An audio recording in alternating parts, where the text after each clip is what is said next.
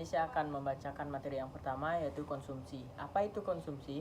Konsumsi adalah kegiatan yang menghabiskan atau menggunakan suatu benda, barang atau jasa dalam rangka memenuhi kebutuhan hidup. Adapun orang yang mengonsumsi barang atau jasa disebut dengan konsumen. Tujuan konsumsi. Tujuan dari konsumsi adalah mengurangi nilai guna suatu benda secara bertahap maupun langsung. Pemenuhan kebutuhan jasmani dan rohani secara opsional, menghabiskan nilai guna suatu barang yang tidak bisa bertahan lama, memanfaatkan nilai guna suatu barang secara bertahap, dapat penghargaan harga diri dan juga apresiasi. Baik, selanjutnya akan dibacakan oleh materi 2. Kali ini saya akan membacakan materi kedua, yaitu faktor-faktor yang mempengaruhi konsumsi. Ada beberapa faktor yang mempengaruhi tingkat konsumsi seorang, yaitu pendapatan harga barang, kebiasaan selera, dan barang penting. Dan ada juga faktor yang mempengaruhi konsumsi. Setiap orang dalam mengkonsumsi barang dan jasa memiliki perbedaan antar satu konsumsi dan konsumsi lainnya. Hal ini bergantung pada masing-masing kebutuhan terhadap barang dan jasa tersebut. Pada beberapa faktor yang mempengaruhi tingkat konsumsi seorang, yaitu pendapatan harga barang, kebiasaan selera, dan barang pentingnya. Pengertian distribusi. Distribusi adalah penyaluran atau penyampaian barang dan jasa dan produsen ke konsumen. Peranan distribusi sangat penting, terutama dalam kegiatan ekonomi. Adanya orang yang melakukan kegiatan distribusi disebut sebagai distributor. Distributor adalah pelaku usaha distribusi yang bertindak atau namanya sendiri dan atas penunjukan dari produsen atau supplier atau import berdasarkan perjanjian untuk melakukan kegiatan pemasaran barang. Tujuan distribusi menyalurkan produk dan jasa kepada konsumen.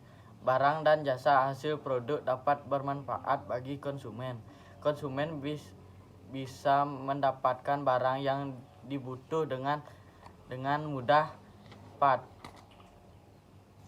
Memberikan jaminan proses produksi, menjaga demikian barang kualitas produksi. 6.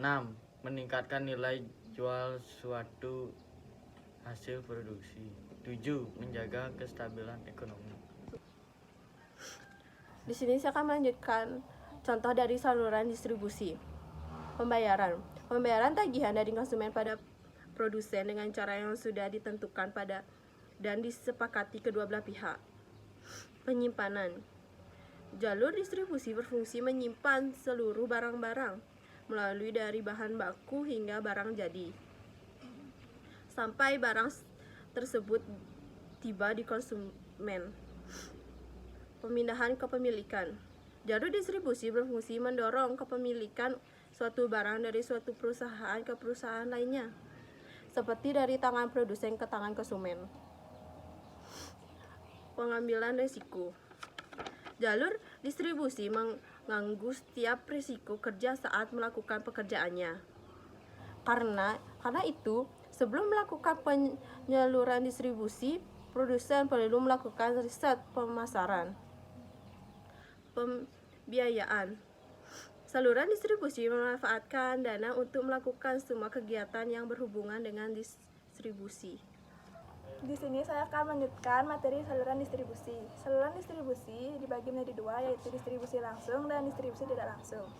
Distribusi langsung yaitu produsen langsung menyalurkan barang atau jasa kepada konsumen tanpa melalui perantara. Contohnya, pedagang bakso menjual dagangannya kepada konsumen. Yang kedua, ada distribusi tidak langsung, yaitu sistem distribusi dari produsen kepada konsumen yang dilakukan dengan perantara. Contohnya, PT Pertamina menyalurkan gas LPG melalui agen gas LPG menyalurkan kepada pedagang kecil, dan pedagang kecil menyalurkan kepada konsumen akhir.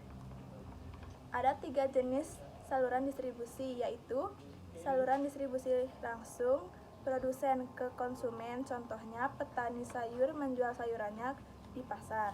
Kedua, saluran distribusi semi langsung, produsen ke perantara dan perantara ke konsumen.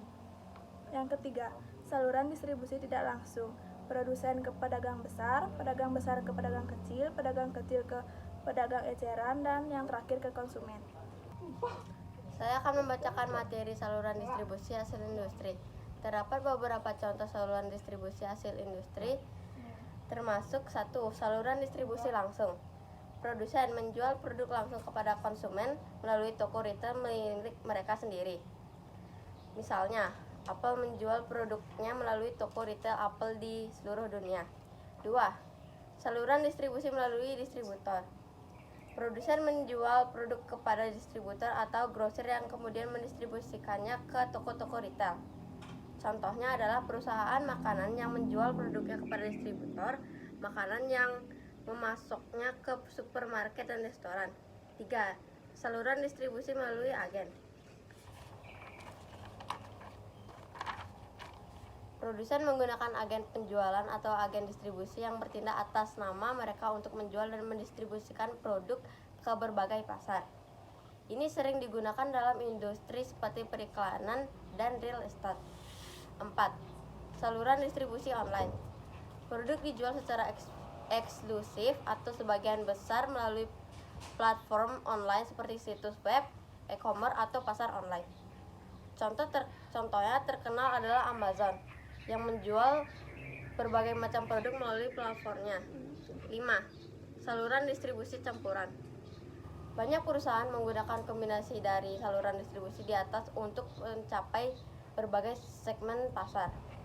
Sebagai contoh, perusahaan ponsel dapat menjual produknya melalui toko retail, melalui distributor, dan secara online.